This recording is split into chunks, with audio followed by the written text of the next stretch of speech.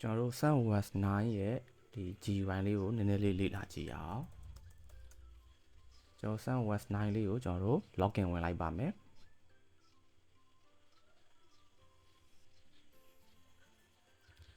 login ဝင်တော့ဒီမှာကျွန်တော်တို့ရဲ့ဒီမှာ desktop wallpaper screen ကိုစပြီးမြင်ရပါပြီဒီအပေါ်ဆုံးမှာရှိနေတဲ့ edit video နှိပ်လိုက်ရင်ကျွန်တော်ဒီမှာ Firefox ရှိတဲ့ internet သုံးဖို့အတွက်ပါဒီမှာ file ဆိုတာရှိတယ် file ဆိုတာကျွန်တော်တို့ဒီမှာဒီ system ထဲမှာရှိနေတဲ့ file တွေ folder တွေ diary တွေကိုဒီနေရာမှာမြင်ရပါမယ်ပြီးရင်ကျွန်တော်တို့ဒီမှာ software ဆိုတာလေးရှိပါတယ် software ထဲမှာဆိုလို့ရှိရင်ကျွန်တော်တို့ software တွေရှာလို့ရတယ်ရှာလို့ရတဲ့ software တွေကိုကျွန်တော်ဒီမှာ installation လုပ်ချင်ရင်လုပ်လို့ရပါတယ်ဒီမှာဆိုရင်ကျွန်တော်တို့LibreOffice တို့ LibreOffice Draw တို့နော်ရုံးနဲ့ပတ်သက်တဲ့ရုံးသုံး software တွေဒီမှာလာပြီးတော့ installation လုပ်ပြီးတော့ထည့်လို့ရတယ်ဒီမှာ LibreOffice Writer ပြီးရင်ကျွန်တော်တို့ install ဆိုတဲ့ button လေးကိုနှိပ်လိုက်ရင် internet connection ရှိတယ်ဆိုရင် installation သူ့ဘာသူအလိုလျောက်လုပ်ပေးသွားပါလိမ့်မယ်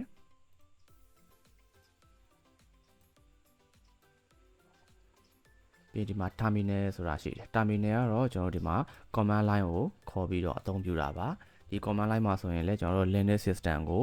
ဒီ used to ဖြစ်တဲ့လူတွေဆိုရင်တော့ဒီ GUI package တွေ installation လုပ်ဖို့မလိုတော့ဘူး minimal install နဲ့ပဲသွားပြီးတော့ဒီ command line တစ်ခုတည်းကနေပြီးတော့ပဲ system တစ်ခုလုံး management လုပ်ကြတာတွေ့ရပါလိမ့်မယ် Okay ဒီဘက်က show application ကိုနှိပ်လိုက်မယ်ဆိုရင်ဒီ system မှာ install လုပ်ထားတဲ့ application တွေဒီမှာတွေ့ရပါလိမ့်မယ်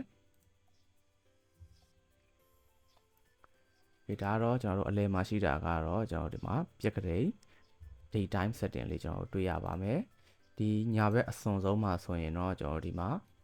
volume အတိုးအချက်ကိုတွေ့ရပါမယ်ဒီမှာ wire connector ဆိုတဲ့နေရာမှာကျွန်တော်တို့လာပြီးတော့တက်ဆင်ထားတဲ့ network adapter ရဲ့ setting ကိုဒီမှာသွားပြီးတော့ကြည့်လို့ရပါတယ်ဒီမှာ network ဆိုတဲ့ tab အောက်ထဲမှာ network connect ဖြစ်နေတယ်သူ့ရဲ့ connection name လေးက ENS160 ဆိုတာရှိမယ်ဒီဘေးနား setting button လေးကိုနှိပ်လိုက်မယ်ဆိုရင်တော့ကျွန်တော်ဒီမှာ IPv4 ဆိုတဲ့အထဲထဲမှာကျွန်တော် manual ပေးထားခဲ့တဲ့ဒီ system ကို installation လုပ်တော့ပေးထားခဲ့တဲ့ static IP address တွေ subnet mask တွေ gateway တွေ DNS server ရဲ့ IP တွေတွေ့ရပါလိမ့်မယ်ကျွန်တော်ဒီနေရာမှာ automatic DHCP ကိုရွေးလိုက်မယ်ဆိုလို့ရှိရင်လည်းရပါတယ်ဒါပေမဲ့ကိုယ့်ရဲ့ network ထဲမှာ IP address ကိုချပေးနေတဲ့ DHCP service တော့ရှိနေဖို့လိုပါလိမ့်မယ်ကျွန်တော်လိုအပ်တာတွေပြင်ပြီးပြီဆိုရင်တော့ apply ကိုနှိပ်လိုက်လို့ရပါတယ်ကျွန်တော်ဒီမှာဘာမှမပြင်ခဲ့ဘူးဆိုတော့ apply button လေးကမှိတ်နေပါလိမ့်မယ်ကျွန်တော် cancel နဲ့ပြန်ထွက်လိုက်မယ် Bluetooth ဒါတော့ကျွန်တော်တို့ဒီ set မှာ Bluetooth controller ပေါ့နော် Bluetooth module လေးပါတယ်ဆိုလို့ရှိရင် Bluetooth နဲ့ပတ်သက်တာဒီမှာအလုပ်လုပ်လို့ရပါလိမ့်မယ် background ကိုကျွန်တော်တို့ဒီ display background screen ကိုကျွန်တော်တို့ wallpaper လေးတွေချိန်မဲ့ဆိုရင်ဒီမှာလာပြီးတော့ချိန်လို့ရတယ်ဒီမှာ notification setting ရှိမယ်တခြားသော setting တွေလည်းဒီမှာအများကြီးရှိပါတယ်ကျွန်တော် printer နဲ့ပတ်သက်တာတွေ keyboard နဲ့ပတ်သက်တာတွေ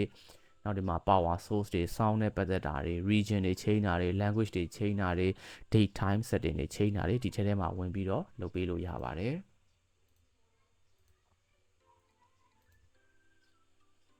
ဒီ setting တွေကိုဝင်လိုက်လို့ရှင်လည်းအတူတူပါပဲเนาะကျွန်တော် network setting တွေကနေပြီးတော့မှ wire setting တွေကိုသွားရတယ်ဒီ setting တွေကိုသွားရတဲ့ဟာဒီကောင်ကတော့အဓိကတော့ network connection နဲ့ပတ်သက်တဲ့ setting ကိုသွားပြီးတော့ထရိုက်ပြင်တာပါဒီအောက်က setting ကတော့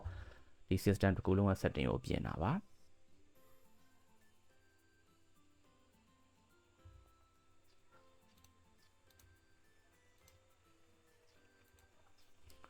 ကျွန်တော်တို့ဒီမှာ installation လေးတစ်ခုစမ်းပြီးတော့သုံးကြည့်မယ်ကျွန်တော်တို့ဒီမှာ LibreOffice Writer ဆိုတာလေးကိုတစ်ချက်နှိပ်ပြီးတော့ install လုပ်ကြည့်လိုက်ပါမယ်ဒီမှာ administrator ရဲ့ password တောင်းပါတယ်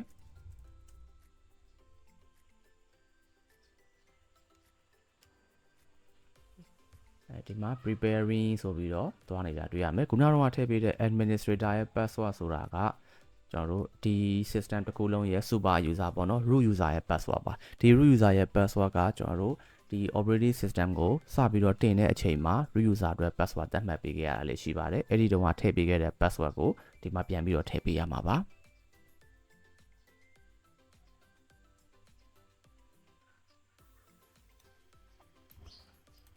ဒါဆိုရင်ကျွန်တော်တို့ LibreOffice Writer ဆိုတဲ့ software လေး installation လုပ်တာပြီးသွားပြီဒီမှာဆိုရင်လည်း LibreOffice Writer ဆိုတဲ့ software လေးရောက်နေပါပြီ ဆိုတော့ကျွန်တော်တို့ဒီမှာစာရေးလို့ရပြီဘာနဲ့သွားပြီးတော့ခက်စစ်စဉ်တူလဲဆိုရင် Microsoft Word နဲ့သွားပြီးတော့တူနေပါလိမ့်မယ်